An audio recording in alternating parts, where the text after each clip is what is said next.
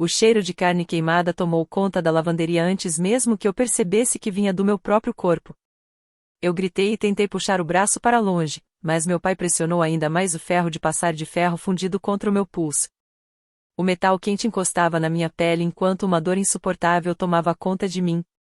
As lágrimas embaçavam minha visão e eu mal conseguia ouvir minha própria voz em meio ao desespero. Meu pai nunca precisou gritar para assustar alguém. Ele apenas sorria de forma fria e tranquila, como se machucar a própria filha fosse algo tão comum quanto passar uma camisa. Ele se aproximou do meu rosto e falou baixo, apenas para eu ouvir. Uma única palavra sua e vocês duas vão desaparecer para sempre. Então ele afastou lentamente o ferro do meu pulso. A pele estava marcada, ferida, e uma fumaça fina subia do local queimado. Minhas pernas falharam e eu caí no chão da lavanderia, segurando o braço contra o peito. A dor era tão forte que me deixou enjoada. Do corredor, eu ouvia vozes de policiais entrando na casa, paramédicos pedindo equipamentos e alguém gritando por mais uma bolsa médica. Meu pai desligou o ferro da tomada, colocou-o de volta no lugar com cuidado e olhou para mim. Quando eles perguntarem, disse-lhe enquanto ajeitava a própria camisa, sua mãe escorregou. Você chegou depois. Você não viu nada. Depois disso, ele abriu a porta da lavanderia e saiu calmamente, como se nada tivesse acontecido. Como se ele não tivesse acabado de ferir a própria filha.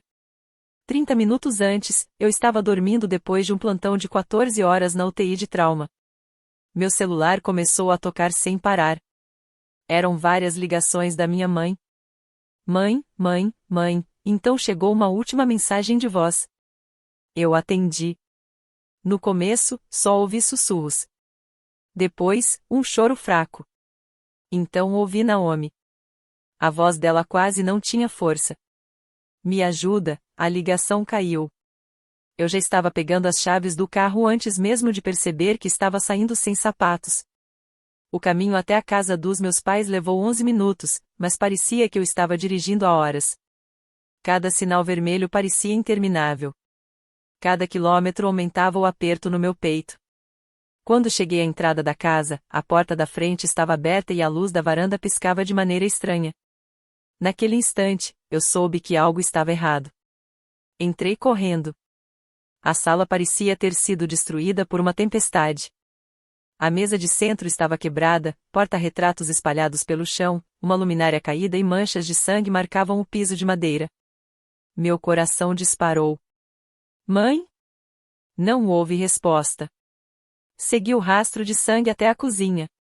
Ela estava caída ao lado da geladeira, quase inconsciente. Havia marcas roxas ao redor do pescoço e sua respiração era curta e dolorosa. Eu me ajoelhei ao lado dela. Mãe, ela levantou a mão com dificuldade, os dedos tremendo. Mas não conseguiu terminar. Como enfermeira da UTI de trauma, eu reconheci imediatamente os sinais. Havia indícios de estrangulamento manual, lesão nas vias aéreas e risco de inchaço interno. Verifiquei seu pulso. Estava fraco, mas ainda presente. Peguei meu telefone para chamar ajuda, mas antes que conseguisse discar, ouvi a sirene se aproximando. Um vizinho já havia ligado para a emergência. Em poucos segundos, paramédicos entraram pela porta da frente, seguidos por policiais. A casa virou um caos organizado. Equipamentos médicos, perguntas, rádios comunicadores e passos apressados por todos os lados. Um paramédico me afastou gentilmente. Nós cuidaremos dela. Eu apenas assenti e olhei ao redor da cozinha. Meu pai não estava em lugar nenhum. Foi então que um policial se aproximou de mim. Você é Naomi Sinclair? Sim. Precisamos do seu depoimento.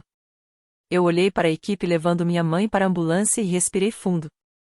Eu sabia que aquele momento mudaria tudo. Primeiro, deixe que eles estabilizem sua mãe. Eu observei enquanto a colocavam na maca.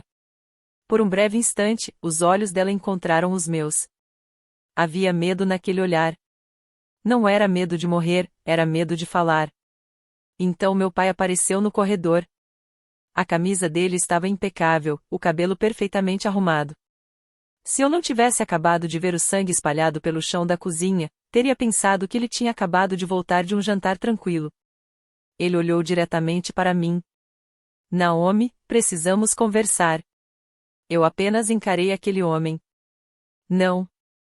Ele abriu um sorriso educado, claramente tentando parecer tranquilo na frente dos policiais. Vai levar apenas 1 minuto. O policial Mercer observou a situação e fez um gesto discreto. Seja rápido.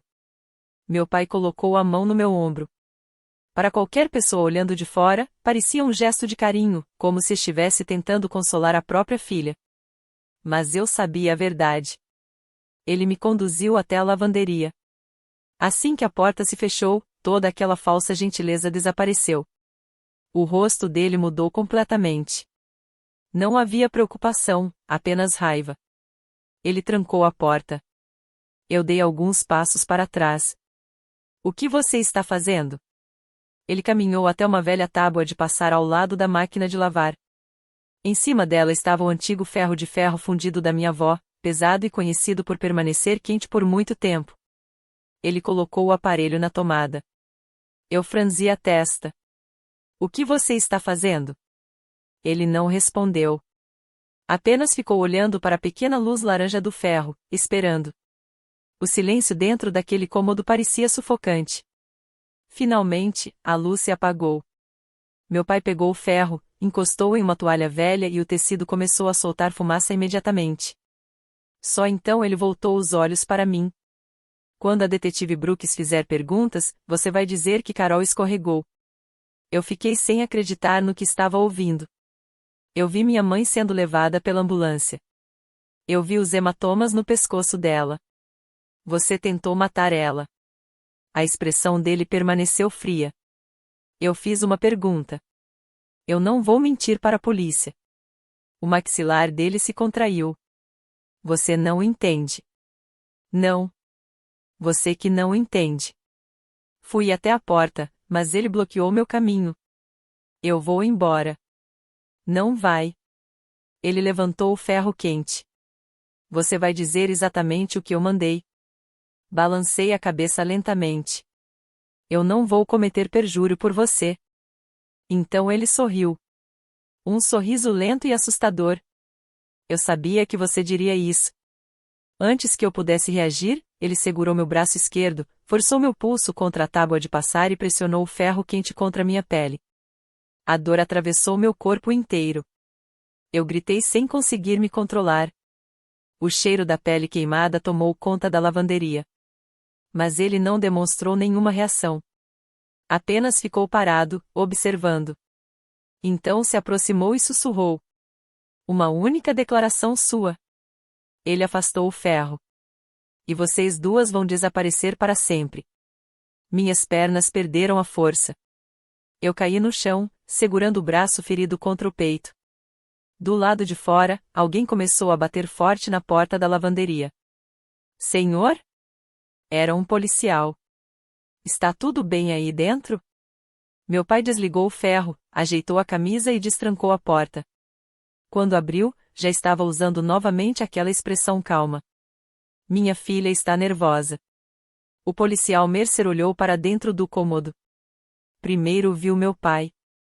Depois viu a mim caída no chão, o meu pulso machucado e as lágrimas no meu rosto. A expressão dele mudou imediatamente. O que aconteceu aqui? Meu pai respondeu antes que eu pudesse dizer qualquer coisa. Ela pegou o ferro sem querer. Mas o policial não olhou para ele. Seus olhos permaneceram em mim. Eu me levantei devagar. Cada batida do meu coração fazia a dor no braço aumentar. Respirei fundo e olhei para além do policial Mercer. Na entrada da casa havia uma mulher usando um terno azul marinho. Ela carregava um distintivo preso ao cinto. Ela se aproximou e se apresentou. Naomi, meu nome é Detetive Helena Brooks. Ela olhou para mim com atenção. Preciso que você me conte exatamente o que aconteceu aqui esta noite. Os olhos do meu pai encontraram os meus. Havia um aviso naquele olhar, como se ele estivesse tentando me intimidar, implorar e ameaçar ao mesmo tempo. Eu olhei para o ferimento no meu pulso, depois para a ambulância que levava minha mãe embora. Respirei fundo uma única vez e tomei a decisão que mudaria o destino de toda a minha família. Eu vou contar a verdade. Prestei meu depoimento com o pulso queimado dentro de uma tigela com água fria e esterilizada. A cada poucos segundos, uma onda de dor percorria meu braço como uma descarga elétrica. Mas a pior dor não vinha da queimadura. Era ver meu pai a poucos metros de distância, na cozinha dos meus pais, bebendo água tranquilamente enquanto os investigadores fotografavam o sangue no chão onde minha mãe quase tinha perdido a vida. Ele não estava desesperado. Não chorava. Não perguntava se minha mãe sobreviveria. Apenas ficava me observando, esperando descobrir se eu teria coragem de mentir. A detetive Helena Brooks sentou-se na minha frente, na sala de jantar, e ligou o gravador. Naomi, vou fazer algumas perguntas. Se precisar parar, apenas me avise. Eu concordei com a cabeça. Ela começou com calma. Quando você chegou à casa? Cerca de 12 minutos depois que minha mãe ligou. O que você encontrou quando entrou? A porta da frente estava aberta. A sala estava completamente destruída. Havia sangue no chão, e minha mãe estava na cozinha, quase inconsciente. Minha voz falhou por um instante. Ela tinha marcas roxas ao redor do pescoço. A detetive fez algumas anotações. Você viu seu pai agredindo sua mãe? Não. Eu cheguei depois. Ela me observou por alguns segundos antes de fazer a próxima pergunta. Alguém tentou pressionar você para mudar seu depoimento?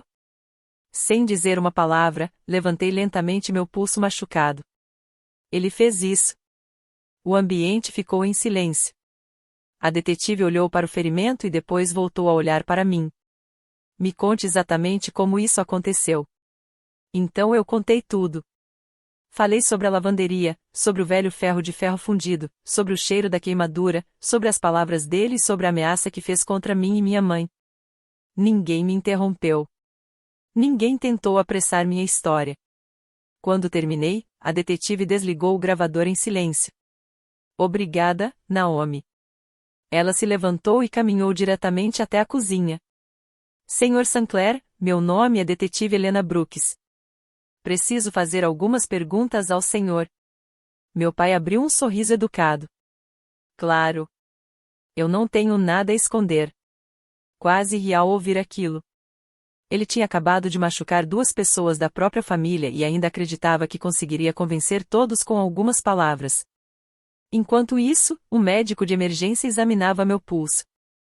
O Dr. Andrew Collins retirou cuidadosamente o curativo provisório usado para resfriar a queimadura. Mesmo depois de anos trabalhando em uma UTI de trauma, precisei desviar o olhar por alguns segundos. A pele já estava cheia de bolhas. Algumas áreas estavam esbranquiçadas, enquanto outras tinham um tom vermelho intenso. Ele soltou um suspiro baixo.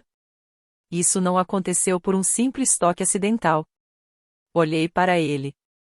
O que quer dizer? Ele apontou para o ferimento. Quando alguém encosta sem querer em um objeto quente, a reação natural é afastar a mão imediatamente.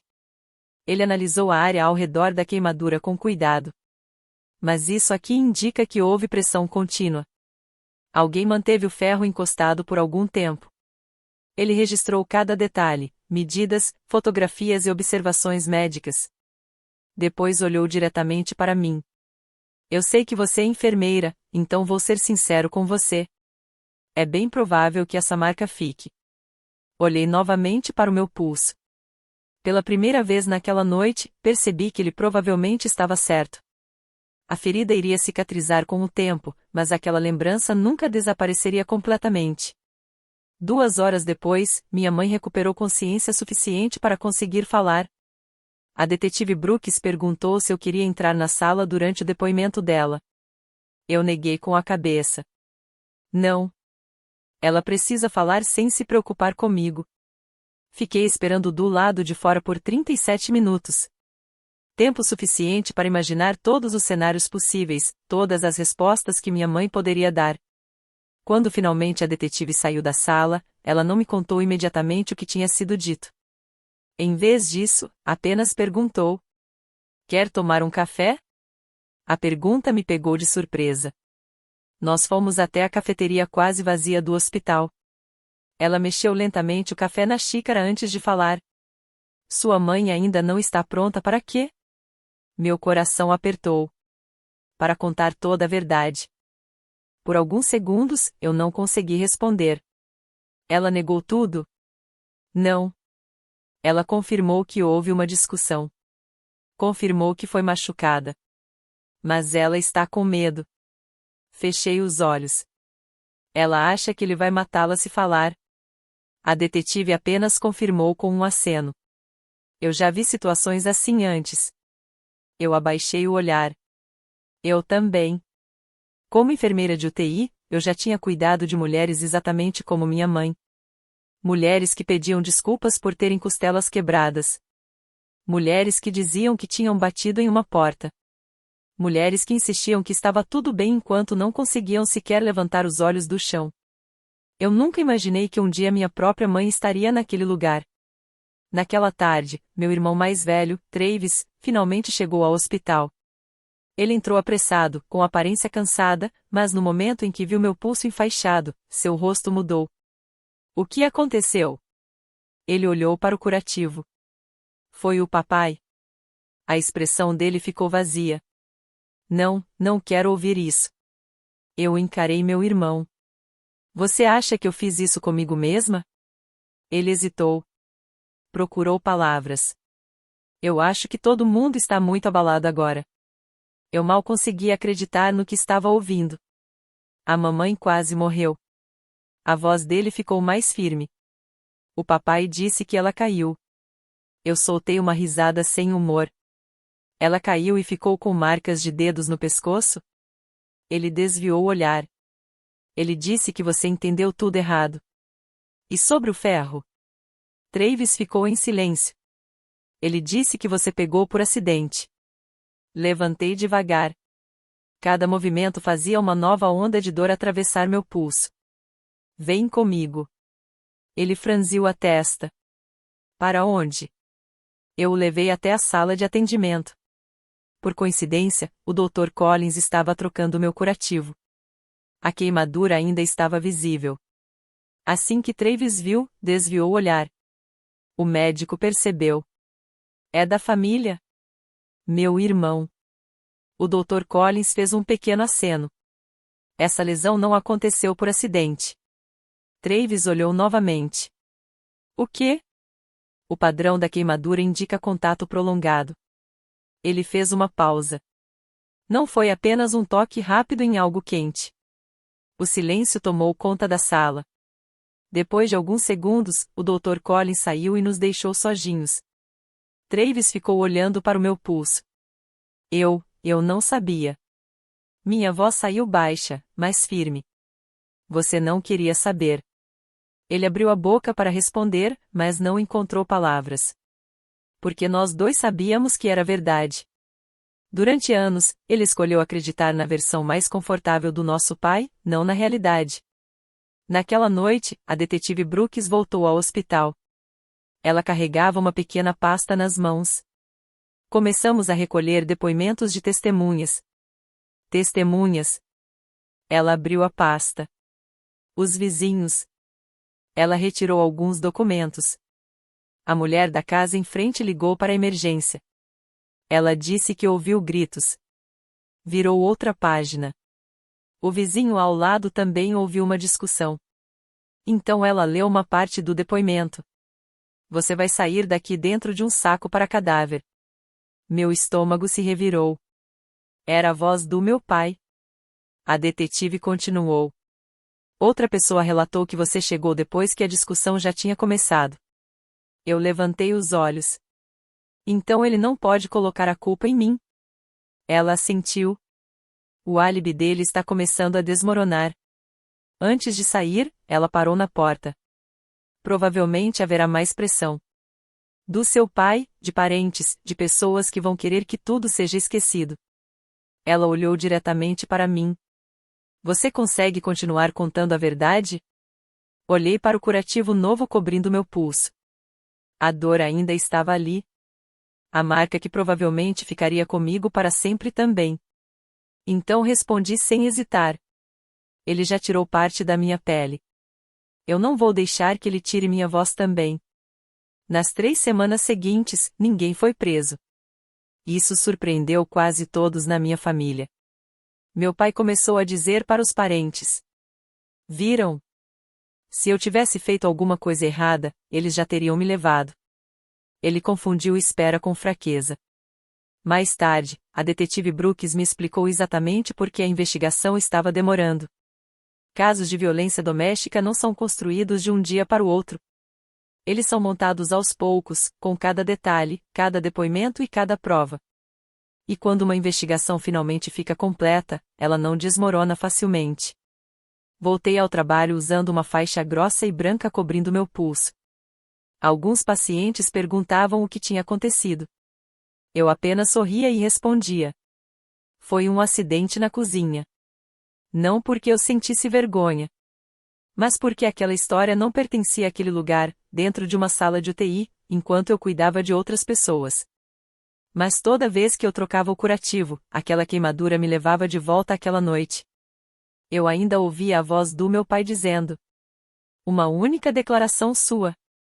Eu nunca esqueci aquelas palavras. A detetive Brooks também não. Certa tarde, ela me ligou: Naomi, você pode se encontrar comigo? Onde? No bairro dos seus pais. Quando cheguei lá, ela não estava em frente à casa deles. Estava do outro lado da rua acompanhada por uma mulher de meia idade. Essa é Lorraine Ellis. A mulher sorriu de forma nervosa. Moro ao lado da sua família há 22 anos. Ela parecia desconfortável, como se carregasse aquele segredo há muito tempo. Eu deveria ter ligado antes. Franzi a testa. O que quer dizer? Os olhos dela ficaram cheios de lágrimas. Isso não foi a primeira vez. Meu estômago gelou. Ela apontou para a casa dos meus pais. Durante anos eu ouvi gritos, portas batendo, coisas quebrando. Mas toda vez que eu perguntava para sua mãe, ela sorria e dizia que estava tudo bem. Fechei os olhos por alguns segundos. Quantas vezes minha mãe tinha escondido a verdade enquanto todos ao redor acreditavam naquela mentira? A senhora Ellis continuou. Na noite em que você chegou, eu ouvi seu pai gritar. Ela olhou para a detetive Brooks. Eu nunca vou esquecer o que ele disse. A detetive abriu o caderno. A vizinha respirou fundo e repetiu em voz baixa: você vai sair daqui dentro de um saco para cadáver. O silêncio tomou conta da rua. Então ela acrescentou algo que ninguém esperava. Eu vi pela janela da minha cozinha. Você chegou quase 5 minutos depois. A detetive Brooks confirmou. A senhora tem certeza? Tenho. Depois eu verifiquei as luzes de segurança da casa. Elas foram ativadas exatamente quando o carro da Naomi entrou na garagem. Ela olhou para mim com tristeza. Querida, você nem estava dentro da casa quando sua mãe foi atacada. Aquela única frase destruiu uma das novas mentiras do meu pai. Ele tinha começado a dizer aos parentes que eu era responsável pela discussão, que eu tinha chegado alterada e provocado tudo. Agora, uma vizinha tinha colocado meu carro do lado de fora da casa naquele momento. No dia seguinte, outra testemunha apareceu. Seu nome era Owen Parker, um jovem de 18 anos que estava passeando com o cachorro naquela noite. Eu vi o carro da Naomi. Ele apontou para a rua. Ela ainda estava estacionando. Depois olhou para a detetive Brooks. Mas eu ouvi gritos antes dela chegar. Mais uma vez, a versão do meu pai começou a desmoronar. Não porque alguém estivesse tentando armá-lo, mas porque a verdade continuava aparecendo através de pessoas comuns que simplesmente tinham visto e ouvido o que aconteceu. Enquanto isso, os técnicos forenses terminaram de analisar a casa. Eles não encontraram gravações escondidas, câmeras secretas ou alguma prova impossível. Encontraram exatamente o que normalmente fica depois de uma agressão violenta. Portas de armários quebradas. Marcas de sangue espalhadas pelo ambiente. Uma cadeira da sala de jantar destruída. Marcas no pescoço compatíveis com estrangulamento manual.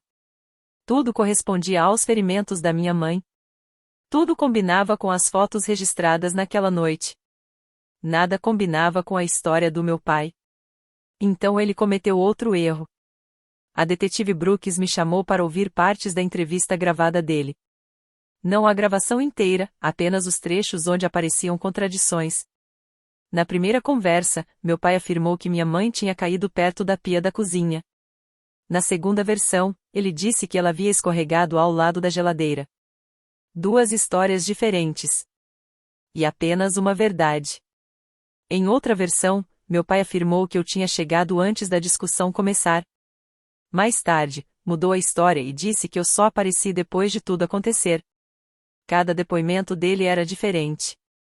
Cada tentativa de corrigir a própria versão criava uma nova contradição. A detetive Brooks pausou a gravação em silêncio. Ele continua tentando melhorar a própria história. Ela olhou para mim. O problema é que a verdade nunca precisa ser ajustada. No hospital, os dias continuaram passando até que, em uma noite inesperada, recebi uma visita. Era meu irmão Travis. Ele estava parado na entrada dos funcionários segurando uma pequena sacola de papel. Eu tenho algo que preciso entregar a você. Fiquei confusa. O quê? Ele me entregou a sacola. Dentro dela estava o antigo celular da minha mãe. Eu encontrei escondido na caixa de ferramentas do papai. Olhei para ele sem acreditar. O quê? Ele disse para todo mundo que esse celular tinha desaparecido. Mas não era verdade. Minhas mãos começaram a tremer. Por que você está me dando isso? Travis parecia cansado, como se tivesse carregado aquele peso por muito tempo. Porque eu finalmente parei de perguntar se o papai seria capaz de fazer algo assim, e comecei a perguntar se ele já tinha feito. Fiquei olhando para ele. O que mudou? Ele olhou para o meu pulso enfaixado. Eu não conseguia parar de pensar nessa queimadura. A voz dele ficou baixa. Eu continuei ouvindo ele dizer que foi um acidente. Ele balançou a cabeça. Mas acidentes não deixam marcas de dedos. Travis respirou fundo. Passei anos acreditando nele porque era mais fácil. Eu não quero mais fazer isso. O celular estava bastante danificado. A tela estava rachada, mas ainda ligava. A detetive Brooks conseguiu imediatamente uma autorização para analisar o aparelho. Alguns dias depois, ela me ligou novamente. Recuperamos mensagens apagadas. Que tipo de mensagens? Ela ficou em silêncio por um instante. Ameaças. Meu coração apertou. Do seu pai. Para sua mãe. Meses antes do ataque. Ela começou a explicar. Se você me deixar, ninguém nunca vai encontrar você. Outra mensagem dizia. Você não vai sair dessa. A família continua viva. E uma terceira. Na próxima vez que chamar a polícia, certifique-se de que eles tragam um legista. Senti um enjoo imediato. Aquelas mensagens, sozinhas, não provavam exatamente o que aconteceu naquela noite. Mas juntas, revelavam algo muito maior. Um padrão. Um padrão de medo. Um padrão de controle. Um padrão que minha mãe tinha vivido por anos. Mais tarde naquela noite, a detetive Brooks foi conversar com minha mãe. As duas ficaram sozinhas por quase 2 horas. Quando a detetive saiu, havia algo diferente no rosto dela. Eu me levantei rapidamente. Ela está bem? Pela primeira vez, vi um pequeno sorriso no rosto da detetive. Acho que ela finalmente acredita que ele não pode mais alcançá-la. O que isso significa? Ela olhou para o quarto da minha mãe. Significa que ela está pronta para contar toda a verdade. Durante semanas, meu pai acreditou que o medo manteria todos em silêncio. Ele estava errado. O medo funcionou durante anos. Mas a coragem também pode se espalhar. A primeira vez que vi minha mãe sorrir de verdade novamente foi quando ela assinou os papéis do divórcio. Não porque aquele momento fosse feliz, mas porque, pela primeira vez em 34 anos, ninguém estava atrás dela dizendo o que ela podia ou não fazer. Ela olhou para a última página, assinou o próprio nome lentamente e sussurrou. Eu deveria ter feito isso anos atrás. Segurei sua mão. Não. Você fez quando finalmente acreditou que conseguiria sobreviver. Ela sentiu enquanto lágrimas enchiam seus olhos. Eu sempre pensei que, se eu ficasse, ele acabaria se tornando o homem com quem eu me casei. Ela olhou para baixo. Mas finalmente aceitei uma coisa: aquele homem nunca existiu. 3 dias depois, a detetive Helena Brooks ligou. Preciso que você e seu irmão venham até aqui. Meu irmão? Sim. Travis pediu para conversar em particular. Não porque alguém obrigou. Ele disse que tinha algo importante para contar. Quando chegamos ao escritório do promotor, Travis parecia completamente exausto. Ele colocou uma velha caixa de papelão sobre a mesa da sala de reunião. Encontrei isso enquanto limpava a garagem do papai. Dentro havia dezenas de fitas antigas, celulares descartáveis, um caderno e vários dispositivos de armazenamento. Franzi a testa. O que é tudo isso? Ele respondeu em voz baixa. Papai guardava tudo. A detetive Brooks abriu o caderno com cuidado. Cada página tinha datas, discussões, nomes de pessoas e anotações sobre o dinheiro que ele acreditava que os outros deviam a ele. Ao lado de vários nomes, uma palavra aparecia repetidamente. Pressão. Ela virou outra página. Era o nome da minha mãe. Abaixo dele, havia várias frases escritas à mão. Falar sobre divórcio. Esconder cartões bancários. Pegar telefone. Fazer Naomi escolher. Meu coração parou por um instante. E perto do final da página havia uma frase marcada 2 vezes, como se fosse algo que ele nunca queria esquecer. Se Naomi falar com a polícia, faça ela mudar o depoimento. O ambiente ficou completamente em silêncio. A detetive Brooks fechou o caderno devagar. Isso não foi apenas raiva. Ela olhou diretamente para mim. Foi planejamento. Travis abaixou a cabeça e concordou lentamente. Eu sei. Ele voltou a mexer na caixa e retirou um antigo celular de flip. Esse era do papai. Eu carreguei ontem. A detetive olhou para o aparelho. O que você encontrou? Travis respirou fundo antes de responder. Mensagens de voz. Antes que qualquer pessoa mexesse no celular, a detetive Brooks conseguiu uma autorização judicial para analisar o conteúdo. Na tarde seguinte, especialistas em perícia digital conseguiram recuperar algumas gravações apagadas. A primeira era de meses antes. A voz do meu pai preencheu a sala. Carol, se você algum dia me deixar, vai se arrepender de continuar respirando. Ninguém disse nada. Depois veio outra gravação. Naomi sempre fica do seu lado. Um dia ela vai descobrir o que acontece com quem trai a própria família. O silêncio ficou ainda mais pesado. Então veio a última mensagem. Ela tinha sido gravada apenas 5 dias antes da agressão. A voz dele estava assustadoramente calma. Se qualquer uma de vocês destruir essa família, eu mesmo vou acabar com tudo. Ninguém precisou de mais explicações. Nenhum discurso emocional seria mais forte. A própria voz dele tinha se tornado a maior prova contra ele. Uma semana depois, minha mãe tomou uma decisão que ninguém esperava. Ela pediu para a detetive Brooks marcar um novo depoimento. Dessa vez, ela queria que tudo fosse gravado. Sem pausas. Sem interrupções. Sem tentar proteger meu pai. Durante quase 3 horas, minha mãe contou 34 anos de sofrimento. Falou sobre a primeira agressão. A primeira ameaça. A primeira vez em que ele tentou controlar cada parte da vida dela. Falou das vezes em que pensou em ir embora, das vezes em que quase conseguiu, e de todas as razões que fizeram ela permanecer. Quando o depoimento terminou, a detetive Brooks desligou o gravador em silêncio. Carol. Ela fez uma pausa e sorriu com gentileza. Talvez você nunca saiba quantas vítimas ajudou hoje. Minha mãe começou a chorar como eu nunca tinha visto antes. Mas não era apenas pela lembrança da dor. Era porque, pela primeira vez, ela não carregava aquele peso sozinha. Enquanto isso, meu pai continuava cometendo erros. Mesmo com a ordem de proteção contra ele, ele tentou mandar mensagens para mim através de parentes. Diga para Naomi que ela está destruindo a própria mãe. Diga a ela que testemunhas mudam de ideia o tempo todo. Diga que isso vai acabar mal se ela continuar falando. Cada mensagem foi registrada. Cada tentativa de contato foi informada às autoridades. Cada violação foi adicionada ao processo. Então algo inesperado aconteceu. O próprio advogado do meu pai pediu uma reunião privada com os promotores. Não para admitir culpa, mas para esclarecer uma situação. Depois da conversa, Marcos Olovai, o promotor assistente, explicou o que havia acontecido.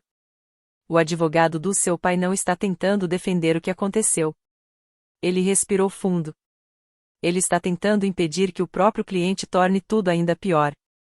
O que isso significa? Marcos olhou para nós. Mesmo depois de tudo, seu pai ainda acredita que o problema são todas as outras pessoas. Ele se recusa a assumir qualquer responsabilidade. Olhei pela janela do tribunal. Então nada mudou.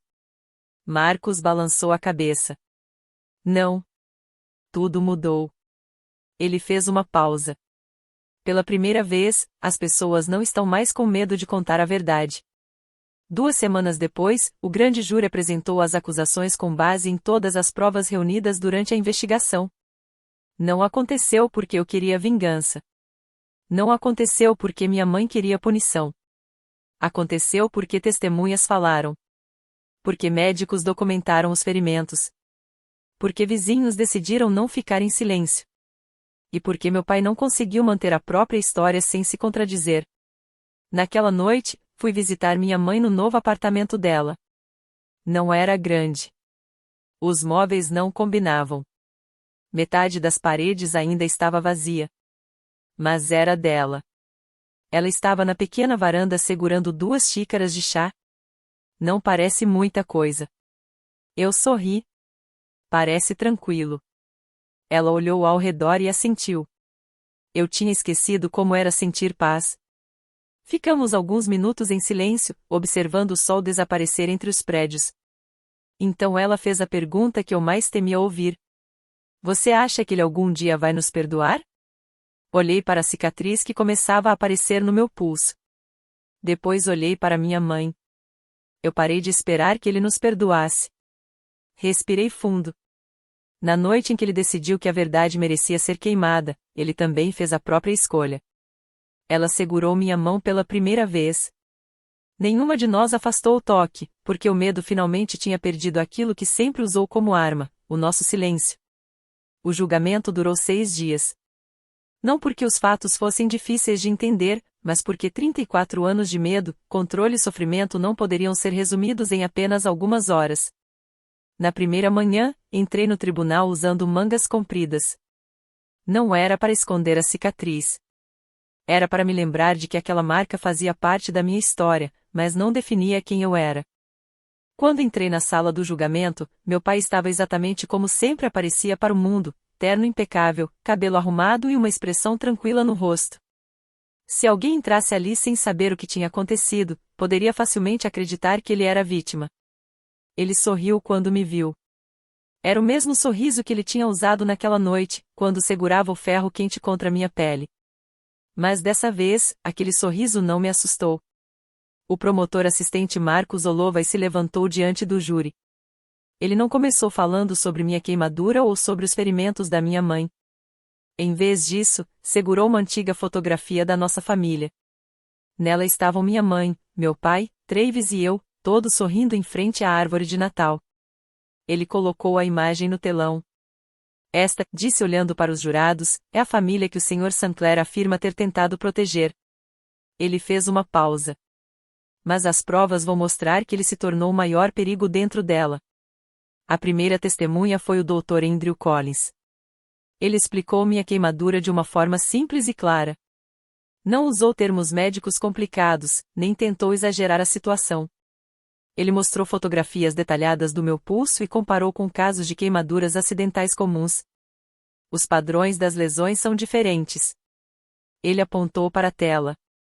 Em uma queimadura acidental, a pessoa normalmente se afasta imediatamente do objeto quente. Mas essa lesão mostra que houve contato prolongado. O promotor perguntou: Doutor, na sua opinião profissional, alguém poderia sofrer esse tipo de ferimento apenas tocando rapidamente em um ferro quente por acidente? Não. Por quê? Porque o ferro permaneceu pressionado contra a pele tempo suficiente para causar danos em várias camadas do tecido. O tribunal ficou em silêncio. Depois foi a vez da detetive Helena Brooks testemunhar. Ela conduziu o júri por cada etapa da investigação: as fotografias, as evidências encontradas na casa, os móveis danificados, as contradições nos depoimentos e as ameaças recuperadas dos dispositivos. Ela não levantou a voz. Não fez suposições. Apenas apresentou uma sequência de fatos comprovados. Marcos Olova então mostrou 2 documentos com os depoimentos registrados do meu pai.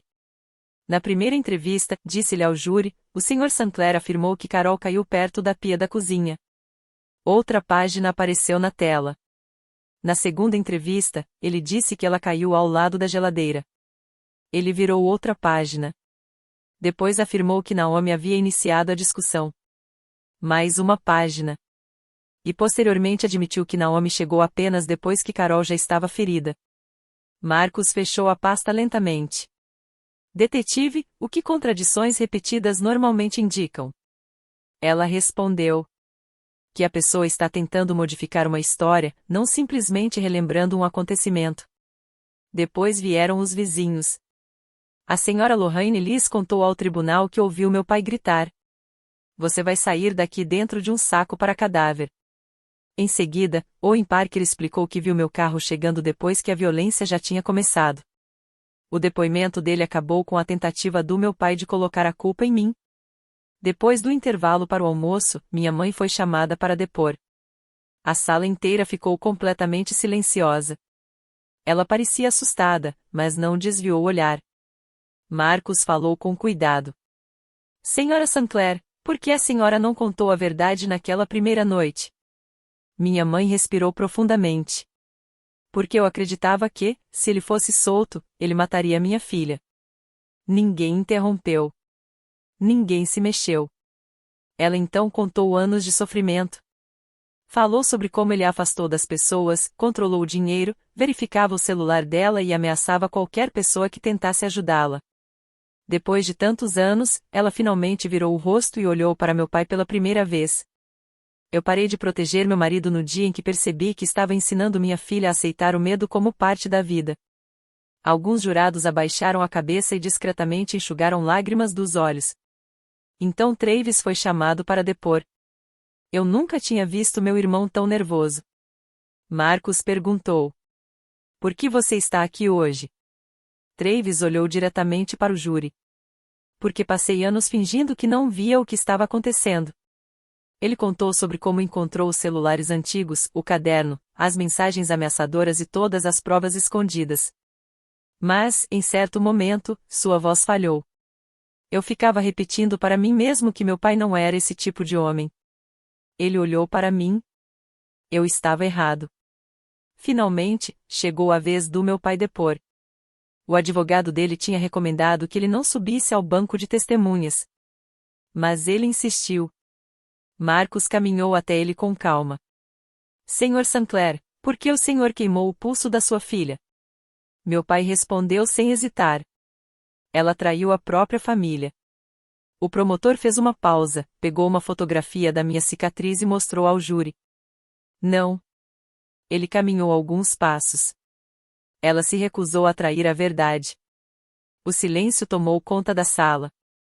Marcos continuou. O senhor pediu que sua filha mentisse para a polícia. Não. O senhor ameaçou ela. Não. O senhor causou aquela queimadura nela. Não. Então Marcos apertou um botão. A gravação recuperada do celular do meu pai começou a tocar pelos alto-falantes do tribunal. Um dia, ela vai descobrir o que acontece com traidores. A mensagem terminou. Marcos olhou para ele. Essa é a sua voz? Meu pai ficou olhando para a mesa. Sim. Outra gravação foi reproduzida. Se qualquer uma de vocês destruir essa família, eu mesmo vou acabar com tudo. O promotor esperou alguns segundos. Sem mais perguntas. Não havia mais nada a dizer. 3 dias depois, o júri voltou com a decisão. Todos se levantaram enquanto o responsável pela leitura abriu os documentos do veredito. Sobre as acusações relacionadas à agressão contra Carol. Culpado. Sobre as acusações envolvendo a queimadura no meu pulso, usada para me intimidar e impedir que eu falasse. Culpado. Sobre as acusações de ameaça e tentativa de impedir testemunhas. Culpado. O juiz também determinou uma ordem de proteção permanente, proibindo meu pai de entrar em contato comigo ou com minha mãe. Durante o processo de divórcio, minha mãe recebeu a casa da família e o suporte financeiro determinado pelo tribunal. Pouco depois, os policiais levaram meu pai embora. Antes de sair, ele olhou para mim uma última vez. Você destruiu essa família. Eu me levantei devagar e encontrei o olhar dele. Então respondi com a única verdade que importava. Não. Fiz uma pausa. Você tentou me obrigar a escolher entre minha mãe e as suas mentiras. Olhei para a cicatriz no meu pulso. Eu escolhi a verdade. Ele abaixou a cabeça. Pela primeira vez na minha vida, meu pai não tinha mais nenhuma ameaça para usar contra mim. 1 ano depois, a marca no meu pulso tinha mudado. O vermelho intenso desapareceu e deu lugar a uma fina linha prateada. Às vezes, pacientes percebiam. Crianças perguntavam o que tinha acontecido. Adultos normalmente desviavam o olhar. Mas eu nunca mais escondi. Não porque queria chamar atenção, mas porque me recusei a carregar a vergonha que pertencia a ele. Todas as manhãs, eu entrava pelas portas da UTI de trauma usando mangas curtas. A cicatriz me lembrava de uma coisa. A verdade tem um preço. Mas o silêncio teria custado muito mais. Minha mãe também havia mudado. A mulher que antes pedia desculpas por cada machucado agora ria sem olhar por cima do ombro. Ela plantou flores no quintal da nova casa. Pintou a cozinha de um amarelo vivo, uma cor que meu pai sempre odiou. Preencheu cada cômodo com objetos que ela mesma escolheu, coisas que por anos nunca teve liberdade para decidir. Em uma manhã de sábado, ela me ligou. Você pode vir aqui? Quando cheguei, vi uma pequena árvore de bordo ao lado de um buraco recém-cavado no quintal. Minha mãe sorriu. Eu pensei que deveríamos plantar alguma coisa. Que tipo de coisa? Uma árvore. Ela olhou para a muda. Assim, todos os anos vamos lembrar que coisas novas continuam crescendo. Passamos a próxima hora plantando a árvore juntas. Nenhuma de nós falou muito. Não precisávamos. O silêncio entre nós finalmente era tranquilo. Não era mais um silêncio de medo. Quando terminamos, minha mãe limpou a terra das mãos e olhou para o meu pulso. Ainda dói? Olhei para a cicatriz. Às vezes, quando eu lembro. Ela assentiu lentamente. Me desculpa. Eu balancei a cabeça imediatamente. Não. Você não precisa mais pedir desculpas. Segurei a mão dela. Você sobreviveu. Eu também. Minha mãe sorriu. Um sorriso verdadeiro, daquele tipo que eu tinha esquecido que ela ainda era capaz de dar. Alguns meses depois, o hospital me convidou para falar durante a semana de conscientização sobre violência doméstica. No começo, recusei. Eu sou enfermeira, não palestrante. Minha supervisora apenas sorriu. Exatamente. As pessoas confiam em enfermeiras. O auditório estava cheio. Havia médicos, assistentes sociais, policiais, estudantes de enfermagem, psicólogos e profissionais que trabalhavam diariamente ajudando vítimas. Eu fiquei atrás do púlpito usando o mesmo uniforme azul marinho que vestia todos os dias no hospital. Sem apresentação dramática. Sem música. Apenas um microfone e uma sala cheia de pessoas esperando para ouvir. Olhei ao redor e, lentamente, puxei a manga esquerda para cima. A cicatriz ficou visível. Passei um dedo sobre ela com cuidado. Isso costumava me envergonhar. O ambiente ficou completamente silencioso. Hoje, ela é uma prova. Então contei minha história. Falei sobre o medo. Sobre pacientes que sussurravam porque tinham medo de serem ouvidas. Sobre pessoas que deixavam familiares responderem por elas. Sobre marcas no corpo que muitos tentavam justificar com desculpas. Mas também contei algo que eu gostaria de ter entendido muitos anos antes. A frase mais perigosa que eu já ouvi não foi uma ameaça. Fiz uma pausa. Está tudo bem. Ninguém se mexeu. Ninguém olhou para o celular. Quando terminei, os aplausos começaram de forma silenciosa e respeitosa. Não era uma comemoração. Era reconhecimento. Enquanto as pessoas saíam do auditório, uma jovem enfermeira permaneceu parada no fundo da sala. Ela não parecia ter mais de 24 anos. Depois de alguns segundos, criou coragem e veio até mim. Eu quase não vim hoje. Sorri gentilmente. Ainda bem que você veio. Os olhos dela começaram a se encher de lágrimas. Minha irmã mais velha. Ela parou por um instante, tentando continuar. Ela esconde machucados há anos. Eu não interrompi.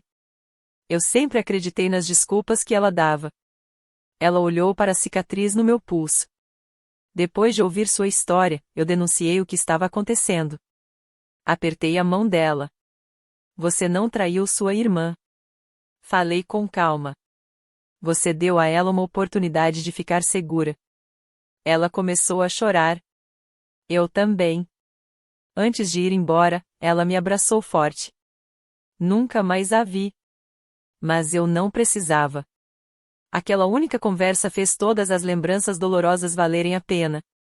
Naquela noite, minha mãe e eu sentamos embaixo da jovem árvore de bordo que havíamos plantado meses antes. As folhas balançavam suavemente com o vento do verão. Ela me entregou uma xícara de chá e perguntou em voz baixa: Você alguma vez desejou ter mentido naquela noite?